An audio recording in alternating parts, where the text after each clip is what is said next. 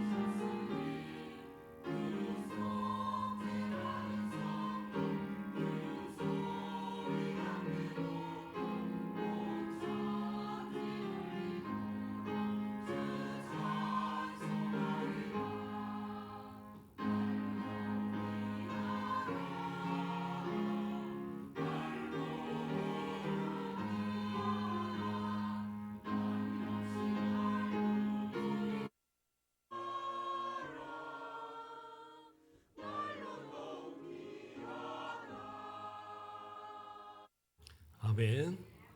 오늘도 이 찬양을 통해서 우리 하나님 영광 받으신 줄 믿습니다. 감사합니다. 우리 옆분들과 인사하겠습니다. 사랑합니다. 환영합니다. 잘 오셨습니다. 그래요. 또 추석도 지나고 또 날이 좋아지고 단풍이 이제 들기 시작하니까 놀러 가신 분들이 있는 것 같아요. 좀 빈 분들도 있고. 어쨌든 오늘도 하나님 앞에 예배하는 가운데 우리 성도들에게 우리 주님께서 예배하시는 한량없는 은혜의 풍성이 임하기를 주님의 이름으로 축원드립니다. 오늘은 시기, 자랑, 교만이라는 제목으로 우리 함께 말씀을 통해 은혜 받고자 합니다. 계속돼서 우리 사랑에 대해서 살피잖아요. 사랑은 오래 참고 사랑은 온유하고, 이건 우리가 해야 될 어떤 모습이라고 한다면 오늘 말씀하는 이 세 가지는 해서는 안 되는 것이에요. 그러니까 사랑을 가진 성도, 사랑을 실천하는 성도라면 이 세 가지, 물론 뒤에도 이제 부정적인 것들이 계속 나오지만 먼저는 이 세 가지는 해서는 안 되는 거다라는 겁니다. 때로는 우리가 사랑이라는 이름으로 행하는 많은 것들이 우리가 사랑이 아닌 착각하고 있는 것들이 대단히 많이 있습니다. 요즘과 같으면 부모가 자녀를 때리는 것도 쉽지 않습니다. 자녀를 훈계한다고 매를 들어 때리면 아이들이 벌써 핸드폰을 들고 112를 누르고 심지어는 녹음을 해놓고 그런 경우들이 지금 일어나요. 학교에서도 선생님들이 혹시라도 말이라도 한 번 잘못하면 애들이 벌써 다 녹음을 하고 있고 뭐 이런 시대가 되었어요. 물론 어떤 교육적인 차원에서는 너무 각박해졌다 말할지 모르겠지만 어쩌면 우리가 그동안 너무 사랑이라는 이름으로 잘못 해석한 것은 아니었느냐. 저희 아이가 어렸을 때 둘째 아이가 저희 둘째는 또 겁도 많고 그래서 이렇게 매를 저희 아내가 들은 적이 별로 없는데 한 번은 이제 좀 매를 들었던 적이 있었나 봅니다. 그러니까 둘째가 너무 억울해갖고 자기가 맞았다. 그래갖고 온 동네 다 소문내고 다니는 거예요. 권사님 맞았어요. 집사님 맞았어요. 그러니까 교회 선생님 하시는 권사님이 너 사랑해서 그런 거야. 사랑의 매야. 그랬더니 아니에요. 사랑의 매 아니에요. 그 사랑의 매 아니고 그 뭐예요? 등 긁는 거 뭡니까? 효자손으로 때렸어요. 그러니까 어떻게 보면 예전에는 교육이다라는 이름으로 우리 많이 행했었지만 그러나 과연 그것이 진짜 교육을 위한 매였느냐, 진짜 교육을 위한 아이의 훈계였느냐를 돌아보면 때로는 엄마가 답답해서 아버지가 마음에 있는 그러한 어떤 울분이 가장 약한 자녀들에게로 행했을 수 있거든요. 학교에서도 마찬가지로 사랑의 매라고 선생님 얘기들 하지만 너무 심각한 경우들도 많았습니다. 그래서 심지어는 제가 고등학교 다닐 때 그 운동장에서 체육을 하는데 어떤 그 선생님이 체육 선생님이 그 여자 반 아이 여자애 하나를 엄청 때리는 거예요. 그 운동장에서. 그래서 그 즉시 뭐 그 선생님한테 뭐라고 못했지만 저희 반이 전체가 그냥 그 다음 오시는 선생님들마다 이건 가만히 있어서는 안 됩니다. 그때는 진짜 매 많이 맞을 때거든요. 그럼에도 불구하고 이것은 사랑의 매가 아닙니다. 해결해 주십시오. 그렇게 단체로 거의 뭐 데모를 했던 그런 기억도 있습니다. 어떻게 보면 그러한 잘못된 사랑의 표현들이 우리 너무나도 당연한 것처럼, 그리고 사랑이라는 이름의 포장으로서 우린 너무나도 그냥 쉽게 그것을 괜찮다라고 스스로 생각했던 우리의 모습은 아니었는가. 그것이 어렸을 땐 잘 몰라요. 그런데 그 어린 아이들이 자라서 10년이 지나고 20년이 지나고 30년이 지나서 성인이 되어지고 또 다른 자녀들을 자신의 자녀들을 키워갈 때에 내 부모가 했던 잘못을 그대로 답습하는 경우들이 훨씬 많아요. 심지어는 사회적으로도 제대로 활동하지 못하고 그러한 어떤 잘못된 모습들을 나타내는 그러한 모습들이 상당히 많다라는 거죠. 그래서 제가 계속 사랑에 대해서 말씀하는 것은 단순히 그냥 서로 사랑하자, 그리스도인이가 사랑하자 이렇게만 받아들이지 마시고 혹시 내가 정말 사랑에 대해서 잘못 알고 있는 것은 아닌가, 혹시 사랑에 대해서 잘못 실천하고 있었지는 않았는가 돌아보면서 우리의 가정에서, 교회에서, 사회에서, 내가 속한 모든 곳에서 진짜 그리스도인다운 사랑의 모습을 본을 보이고 실천해 나가는 그런 우리의 모습이 되기를 간절히 소망합니다. 오늘 먼저 살펴볼 것은 사랑은 시기하지 아니하며입니다. 시기란 단어는 원래 그 뜻 가운데는 사모하다라고도 번역이 됩니다. 우리가 그 아는 12장, 그러니까 고린도전서 13장 바로 앞에 12장 마지막 절에 보면 너희는 더욱 큰 은사를 사모하라 여기서 사모하라는 단어와 이 시기하다라는 단어가 어원이 같아요. 그러니까 같은 뜻입니다. 그런데 어떤 때는 사모하다라고 사용이 되고 어떤 때는 시기하다라고 사용이 되는 겁니다. 왜 그럴까 가만히 생각을 해봤어요. 시기라는 건 결국에는 어떤 겁니까? 질투의 감정이잖아요. 누군가가 잘 되는 것을 배아파하는 질투의 감정입니다. 그런데 이것을 좋은 쪽으로 생각할 땐 뭐예요? 나도 저런 모습이 되었으면 좋겠다. 나도 저 모습보다 더 잘 됐으면 좋겠다 하는 사모하는 마음이죠. 그것은. 그렇죠? 어떠한 이 열망이라고 표현을 할까요? 뭐 그런 어떤 것이 되고자 하는, 더 잘 되고자 하는 그러한 어떤 좋은 긍정적인 마음은 사모한다라고 표현을 하는 거예요. 그러니까 그건 나쁜 게 아니에요. 근데 똑같은 단어인데 이것이 어떻게 해요? 더 심해지고 부정적인 상황으로 벌어지면 그땐 시기로 바뀌는 거예요. 저 사람은 뭔데 나보다 잘 되는 거야. 나도 똑같이 노력하는데 왜 저 사람은 저렇게 대우를 받는 거예요? 하나님도 너무하시지. 왜 나는 이렇게 살아가는데 저 사람은 저렇게 복을 받으며 살게 하시는 거야. 이게 점점 그러한 쪽으로 부정적으로 바뀌어가는 것. 그게 바로 시기라는 거예요. 처음엔 좋은 마음으로 시작했어요. 나도 저렇게 되었으면 좋겠다. 그런 어떤 부러운 마음으로 사모하는 마음으로 시작했던 마음이 어느 순간 부정적으로 바뀌어서 그렇게 나도 힘들게 하고 또 남들에게까지 그러한 악한 모습을 드러내는 모습으로 바뀌어지더라는 거죠. 오늘 본문의 배경 속에는 앞뒤로 12장과 이 14장에는 은사에 대해서 설명한다고 그랬어요. 은사에 대해서 쭉 말씀하는 가운데 13장에 사랑을 이야기하거든요. 그 가운데 나온 시기라는 것은 어떤 의미일까요? 아마도 이 고린도 교회에 나타나는 여러 은사에 대한 문제가 여기서는 결부되어 있지 않은가 생각합니다. 은사가 다양한 은사가 참 나오는데 우리가 아는 대부분의 은사는 다 이 고린도서에 나와요. 그러니까 고린도 교회에 그러한 은사들이 다 충만했었다는 거예요. 근데 신기할 정도로 물론 그 교회는 상당히 왕성하고 규모도 있던 교회입니다. 그래서 더 하나님 앞에 예배하고 열심으로 신앙생활 하는데 좀 자유롭지 않았을까 생각이 들어요. 그런데 문제는 뭐냐 하면 이 은사들이 서로 많아지다 보니까 그 은사에 대해서 서열을 따지기 시작하는 거예요. 어떤 것이 더 좋은 은사냐. 그렇죠? 그래서 예전에 우리가 부흥회 뭐 이런 그 산에 기도원 이런 데를 올라다녀 보면 하나같이 그때는 이야기하는 것이 은사를 받아야 된다는 거예요. 성령의 은사를 받아야 된다. 그런데 가장 기본인 방언은 다 할 줄 알아야 된다 막 이러는 거예요. 그래서 저는 그런 줄 알았어요. 근데 방언 안 해도 신앙생활 잘하는 분이 더 많더라고요. 열심히 막 주여 방언 주시옵소서 막 해서 기도한 분이 보면은 가서 싸우기도 힘있게 잘 싸워요. 그러한 모습이 과연 올바른 모습이냐? 그건 아니잖아요. 그런데 이 고린도 교회에서도 그러한 것, 방언이 더 위냐, 예언이 더 위냐, 뭐 병고침이 더 위냐, 귀신을 쫓음이 더 위냐, 방언을 해석함이 더 위냐, 이런 거 가지고 서로 싸우고 있는 거예요. 그리고 어떤 이들은 아까 말한 대로 죽어라 그렇게 기도하는데도 은사가 안 주어져요. 그게 얼마나 속 터지겠습니까?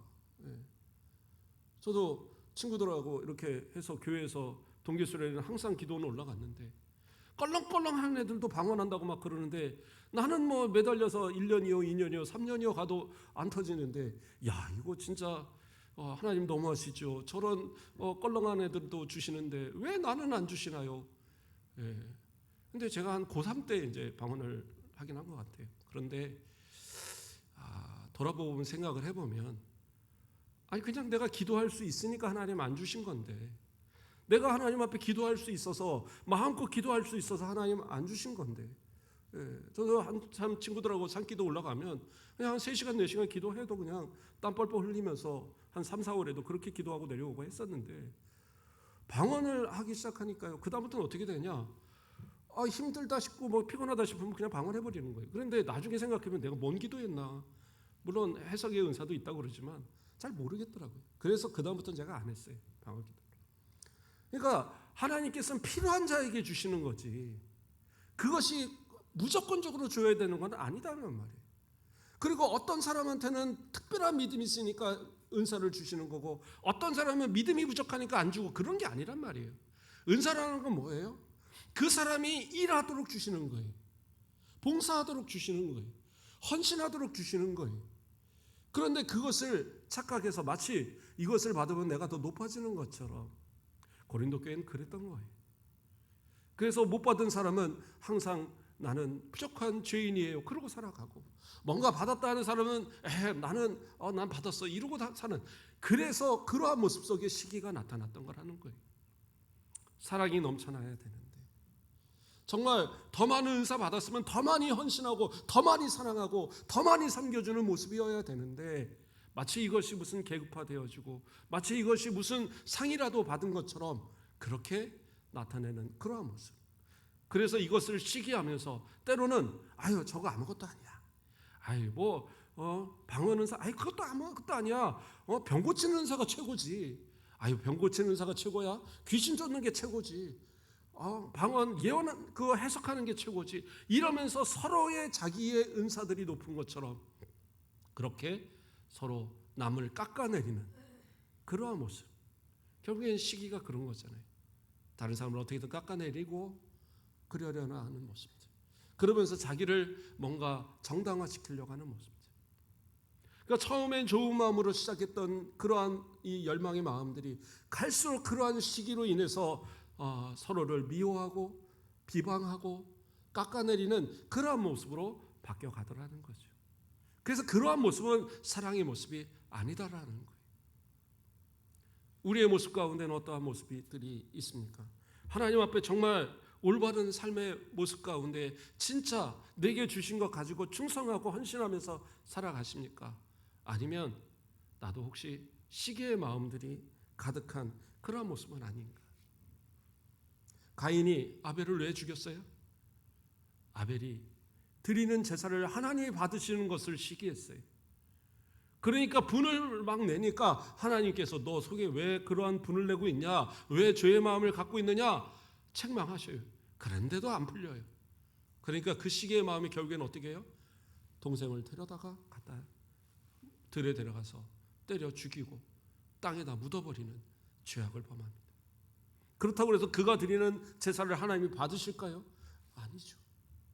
결국엔 그 후손들이 대대로 하나님께서 이 버리신 그 사람의 아들들도 그렇게 표현되는 사람의 딸들로 표현되는 그러한 하나님을 떠난 사람들로 그래서 그 후손의 이 모습들 라멕과 같은 사람들은 더 많은 사람들을 살인하고 그러한 사람으로 나타나잖아요. 죄악은요 계속 더 발전하면 발전하지 결코 멈춰지지 않아요. 그러한 모습이 바로 시기의 모습이었다라는 거예요. 사울왕은 어떻습니까? 다윗이 무슨 죄를 졌다고 그럽니까? 그런데 시기했어요. 뭘 시기합니까? 아니 왕이면 모든 걸 다 가진 사람이잖아요. 가장 높은 사람이잖아요. 그런데 그는 다윗을 시기합니다. 왜요? 사람들이 이야기해요. 사울은 천천히요. 다윗은 만만이다. 그 다윗이 더 대단하다라고 얘기하니까 그것에 시기함을 얻어서 결국엔 다윗을 죽이려고 했지만 실패했죠. 그래서 다윗을 적으로 돌리고 나니까 어떻게 해요? 결국에는 블레셋과 대전투에서 자기를 위해서 죽어주고 자기를 막아줄 사람이 없는 거예요. 결국엔 도망가다가 이 활에 맞고 이제는 죽어야지 어쩔 수 없다. 야 사환 나 좀 죽여. 아니요. 제가 어떻게 기름 부은 왕을 죽입니까? 그러니까 자기가 놓고 찔러서 죽는 이런 비참함을 갖게 돼요. 결국에 시작은 뭐예요? 시기로부터 시작이 됐던. 그러니까 시기는 남만을 해하는 게 아니에요. 결국엔 자기를 해하게 만드는 것. 하나님 앞에서 자신이 받을 그러한 상이 사라지는 그러한 모습이 되고 만다라는 거예요. 그래서 시기로 가서는 안 돼요. 사모함은 괜찮아요. 무엇인가를 열망을 가지고 내가 더 나아가서 더 열심히 해서 정말 해야지. 누군가가 기도하면 나도 더 열심히 기도해야지. 누군가가 봉사하면 나도 더 봉사해야지. 누군가가 예배하면 나도 더 열심히 예배해야지. 이런 사모함은 괜찮아요. 그러나 자칫 그것이 시기가 되어서 다른 사람을 깎아내리고 나를 높아지려고 하는 그러한 모습이 나타나기 시작하면 그것은 사랑도 아니고 믿음의 모습도 아니다라는 거예요. 그렇기 때문에 사랑은 어떻게 해요? 시기하지 말아야 된다라고 말씀하고 있는 거예요. 또 두 번째로 뭐라고 얘기합니까? 사랑을 방해하는 버려야 될 것. 사랑은 자랑하지 아니하며. 여기서 자랑하다라는 의미는 과장하다라는 의미입니다. 사람은요, 자랑하는 것은 결국에 뭐예요? 있는 것만 자랑하지 않습니다. 뭔가 남들이 들었을 때, 저 사람 대단하네 라고 평가가 나와야 되니까 자꾸 과장하게 되는 거예요. 그래서 사랑이라는 것은 뭐냐? 과장해서는 안 된다라는 거예요. 근데 사람들은 자꾸 자신을 포장하고 과대 이렇게 포장해서 그래서 남들이 인정받으면 그것이 옳은 거라고 착각하며 살아간다는 거예요. 근데 그러한 모습들이 결국에 뭐예요? 하나님 앞에서 받을 상을 잃어버리는 그런 모습이 되는 겁니다.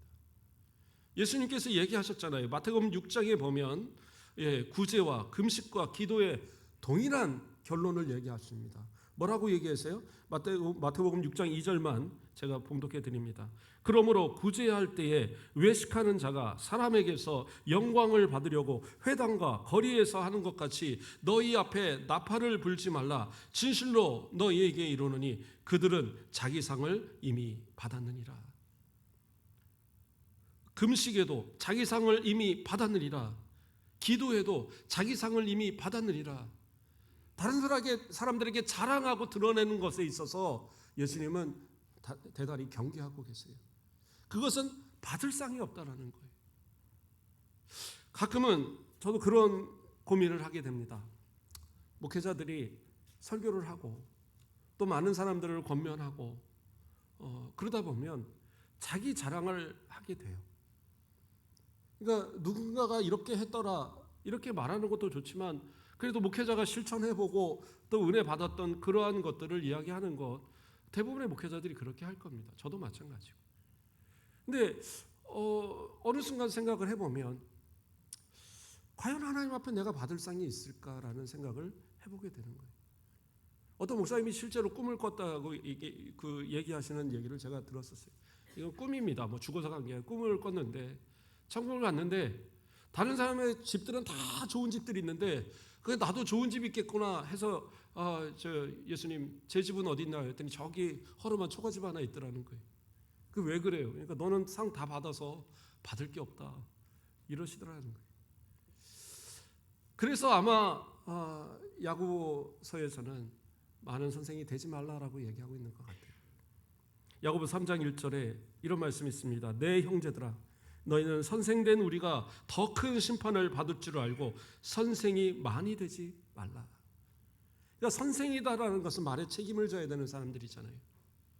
물론 여러 가지 잘못된 말을 할 것에 대한 경고이기도 하지만 한편으로는 자랑하고 드러내고 그러므로 인해서 하나님 앞에 받을 상이 없기 때문에 그러지 않을까 하면 그런 생각을 해봅니다.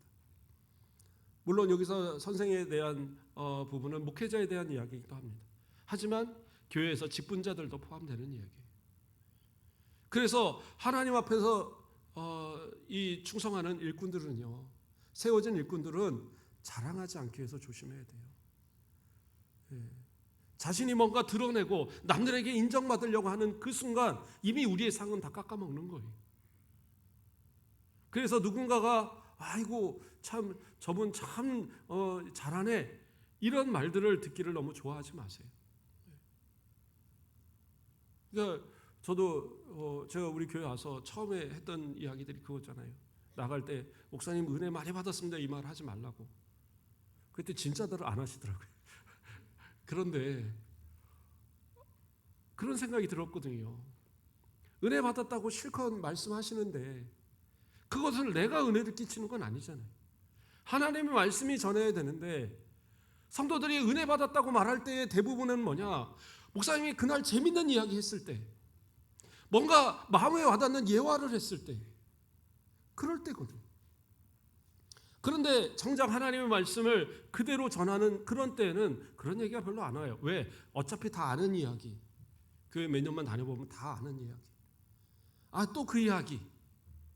그러니까 재미가 없어요.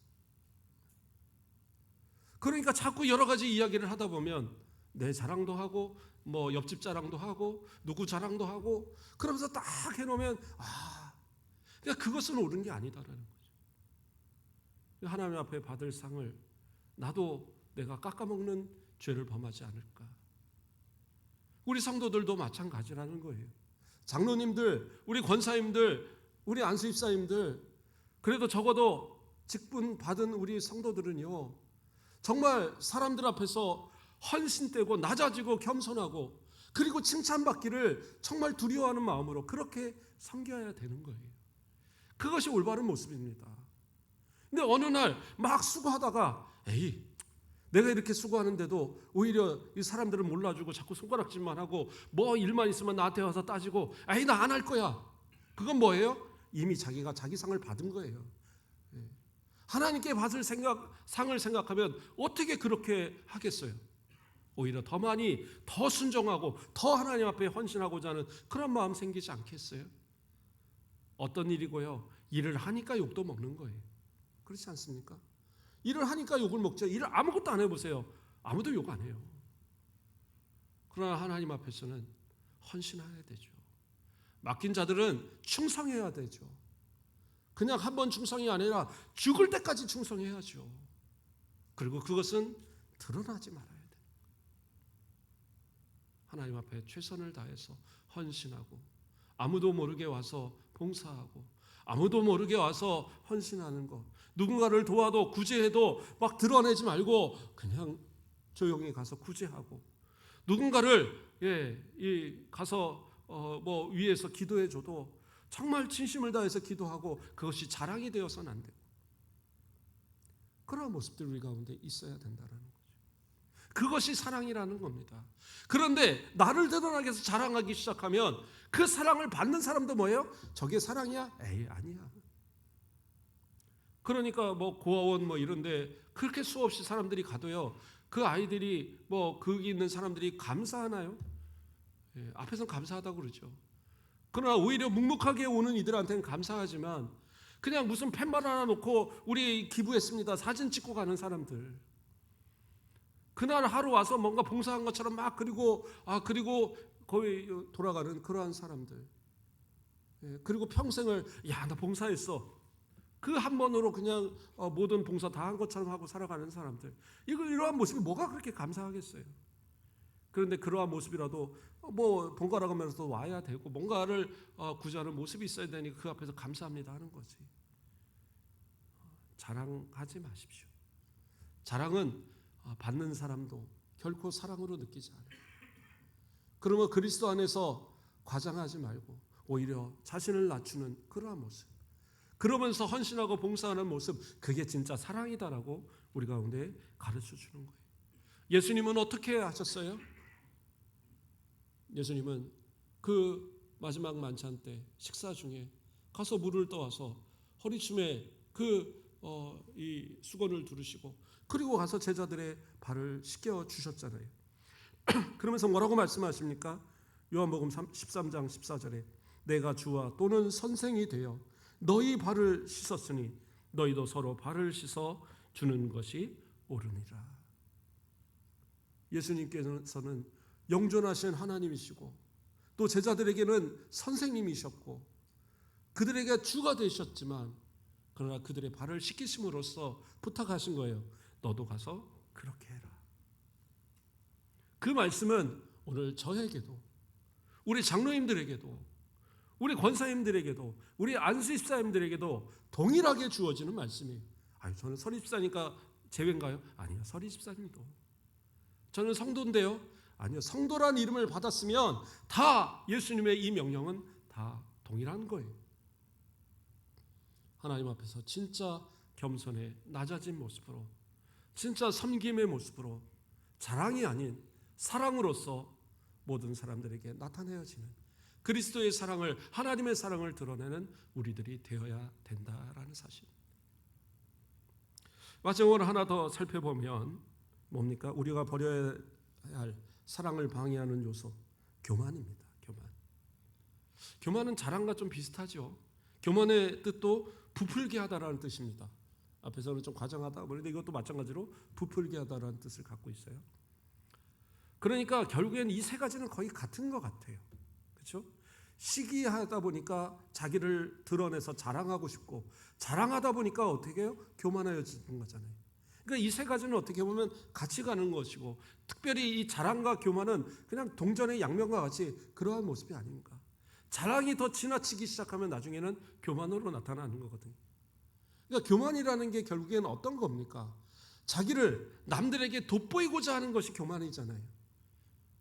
앞에서 말했던 그러한 자랑을 어떻게든 최대한 드러내보고자 하는 그러한 것이 결국엔 교만이고, 그러면서 나보다 다른 사람들을 하찮게 여기지는 것, 그게 교만이잖아요.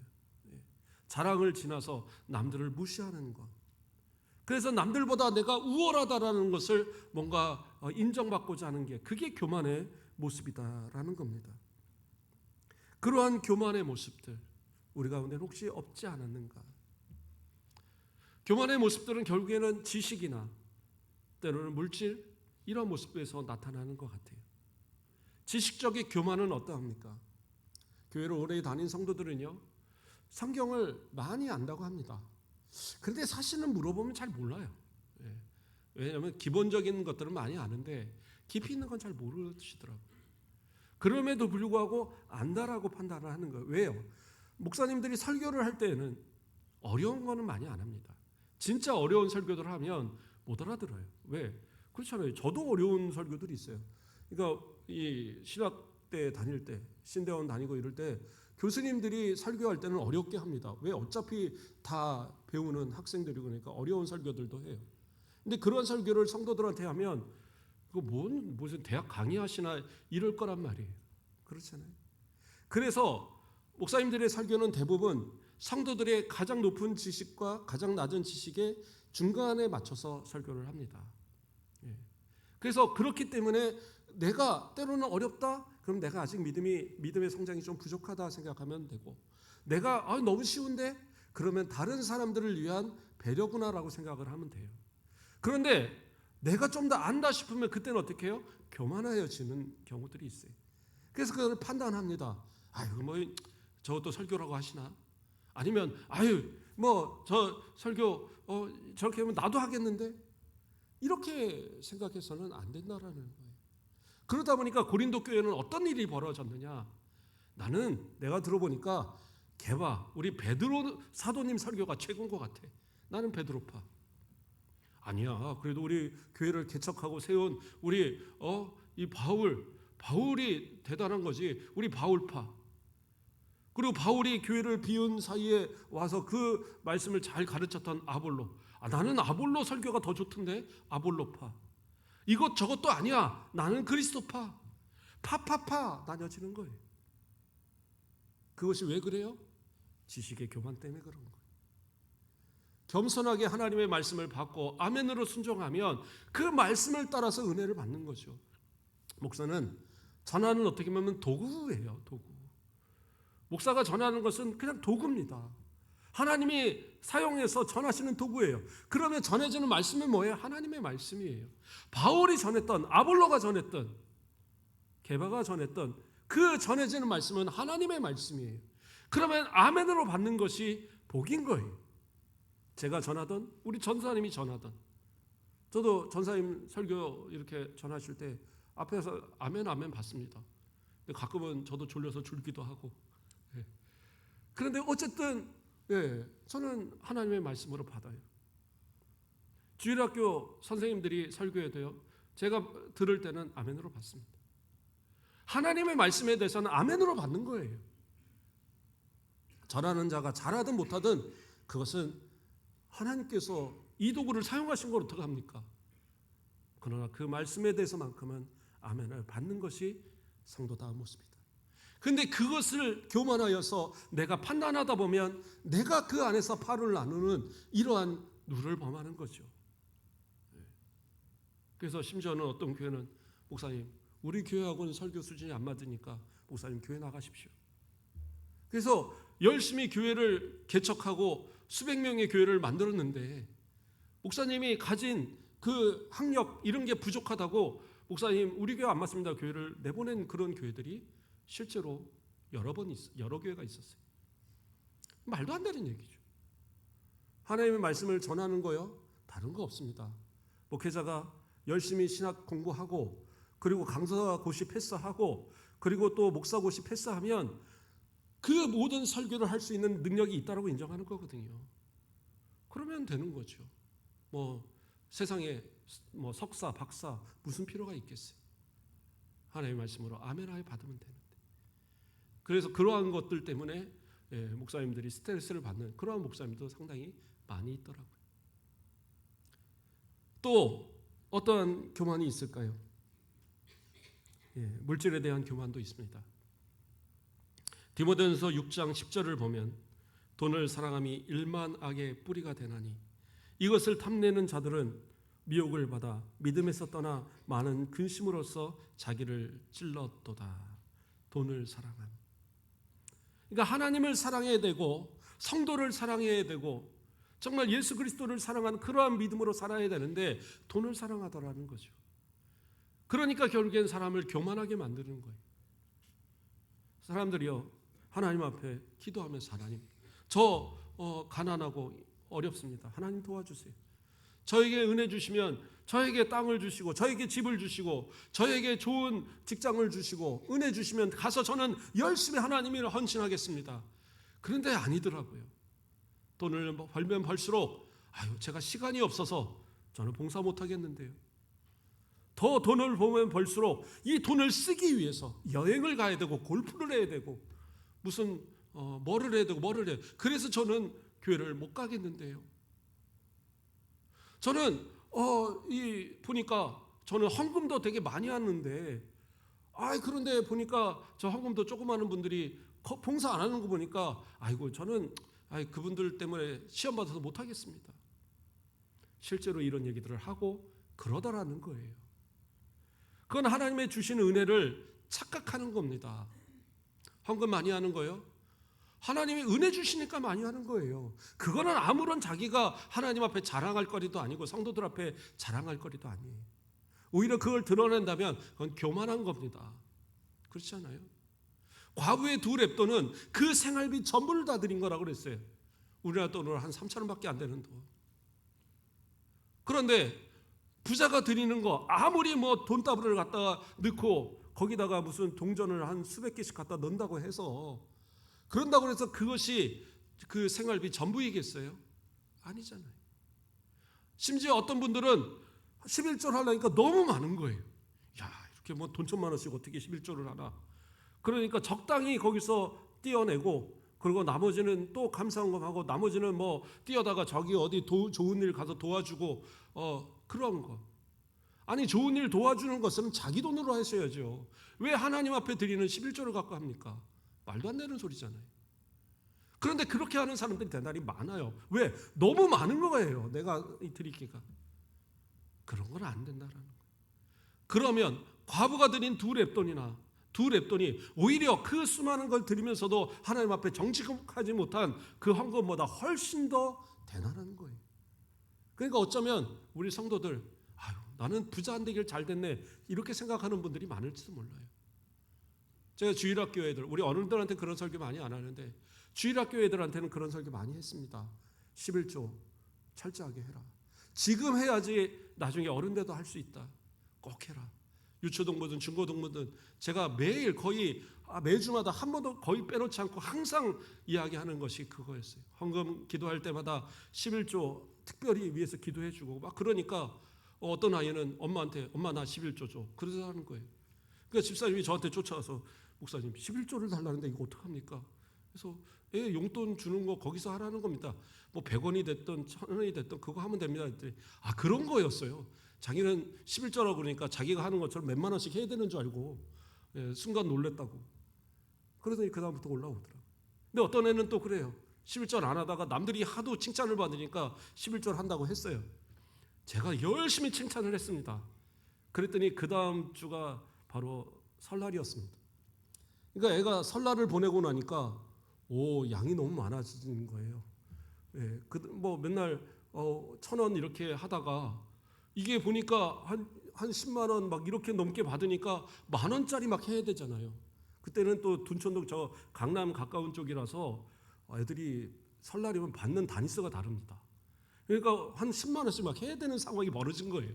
그러니까 얘가 고민이 되니까 저한테 와서 이야기하는 겁니다. 목사님, 제가요 다음 주부터 다시 11절 하겠습니다 그러더라고요. 네. 그런데 그게 아이들의 맘만은 아니더라는 거죠. 우리도 그렇지 않아요. 11절 하는 거 쉽지 않습니다. 네. 그러나 이왕 하실 거면 정직하게 하시라는 거예요. 하나님 앞에. 그것이 올바른 거죠. 내가 많으니까 나는 조금만 띄어서, 그리고 띄어서 다른 데 좋은 거 하고 남들한테 그건 자랑하고 시기하고 교만한 거예요. 그런 모습 돼서는 안 되는 거예요. 그리고 드려졌으면 그걸로 끝이에요. 내가 그것을 뭐 대단한 것처럼 교회에서 나는 헌금 많이 하니까 내 입김을 더 많이 말해. 그러지 마세요. 오히려 더 겸손하십시오. 그래서 다른 사람들이 볼 때 하나님 앞에 저렇게 충성하니까 저렇게 복을 받는구나. 이렇게 그러한 모습이 되어져야지. 아이고 언제부터 그랬다고 저래. 그런 손가락질의 대상이 돼서는 안 된단 말이에요. 어쩌다 보니까 이렇게 얘기를 하지만 교만에 대한 이야기가 나오니까 얘기하는 거예요. 시기, 자랑, 교만. 이러한 것들은 사랑을 결국엔 다 깎아먹는 것들이. 내가 사랑한다고 말하지만 그 사랑이 오염된 사랑 돼버리는 거예요. 그 맛있는 우유, 이거 우리 함께 나눠 먹으면 좋겠다. 그리고 거기다 독 한 방울 딱 떨어지는 거 똑같은 거예요. 그걸 누가 먹겠습니까? 하나님 앞에서 우리 진짜 사랑, 하나님을 닮은 사랑, 그리스도를 닮은 사랑, 그것을 우리가 실천하기를 원한다면 앞에서 우리가 배웠던 것처럼 오래 참고 온유한 모습으로 시기를, 자랑을, 교만을 우리 가운데 다 제거하고 진짜 하나님 앞에 말씀에 아멘하여 순종하며 말씀이 가르쳐주는 그 말씀, 오늘 주시는 말씀 가운데 단 한 가지라도 내가 이 말씀을 실천하며 살리라, 그 마음으로 항상 우리를 변화시켜가는, 그래서 우리의 사랑이 서로 가운데 힘이 되어지고 가정의 힘이 되어지고 부모의 사랑이, 자녀의 사랑이, 형제의 사랑이, 또 교회 안에서의 서로의 직분자들의 사랑이, 또 성도의 사랑이 서로에게 힘이 되어지고 그리스도의 사랑을, 하나님의 사랑을 알게 하는 그러한 도구 되어지는 우리의 모든 성도들 되길 주님의 이름으로 축원드립니다. 기도하겠습니다. 사랑의 하나님, 감사를 드립니다. 우리 가운데 온전한 사랑의 본을 보이셔 예수 그리스도를, 그 독생자를 아낌없이 우리 가운데 내어주신 우리 하나님 아버지의 사랑, 자신을 내어주셔서 온전히 피와 물을 다 쏟으시기까지 온몸을 지키신 우리 예수님의 사랑, 그 사랑을 힘입어 구원받은 우리 성도들이 온데 이제로 우리도 주님 사랑 본받아서 시기하지 않고 자랑하지 않고 교만하지 아니하고 오직 온유하고 오래 참음으로 주님의 사랑을 실천할 수 있는, 그러면서 많은 사람들에게 그리스도의 사랑을, 하나님의 사랑을 알게 하는 귀한 도구 되어지는 우리가 되어지도록 인도하여 주시옵소서. 감사합니다. 예수 그리스도의 이름으로 기도드립니다. 아멘.